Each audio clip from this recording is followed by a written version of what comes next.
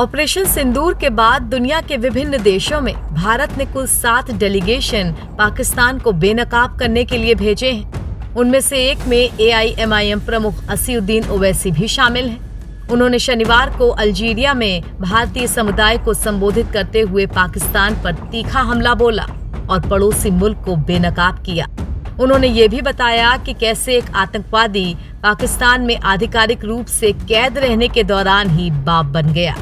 उन्होंने आतंकवादी ज़कीरुर रहमान लखवी के साथ पाकिस्तान के विशेष व्यवहार की बात कही। ओवैसी ने कहा, ज़कीरुर रहमान लखवी नाम का एक आतंकवादी था।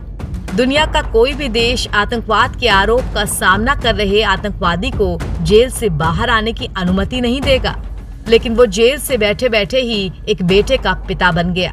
हालांकि जब पाकिस्तान को FATF की ग्रे लिस्ट में डाल दिया गया तो मुकदमा तुरंत आगे भी बढ़ने लगा। ओवैसी ने इस बात पर प्रकाश डाला कि कैसे अंतर्राष्ट्रीय दबाव में पाकिस्तान को कुछ समय के लिए कार्रवाई करने के लिए मजबूर किया था।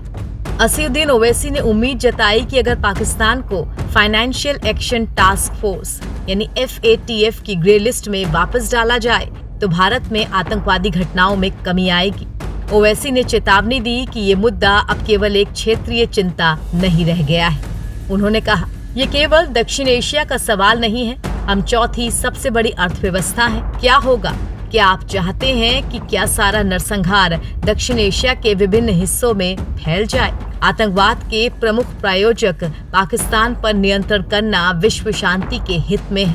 इसे FATF की ग्रे लिस्ट में वापस लाना होगा। उन्होंने आगे कहा, आतंकवाद 2 चीजों पर जीवित रहता है, विचारधारा और पैसा। विचारधारा आप अच्छी तरह से जानते हैं, आपने काला दशक देखा है। यहाँ तक कि दक्षिण अल्जीरिया में भी आपको अभी भी कुछ समस्याएं हैं।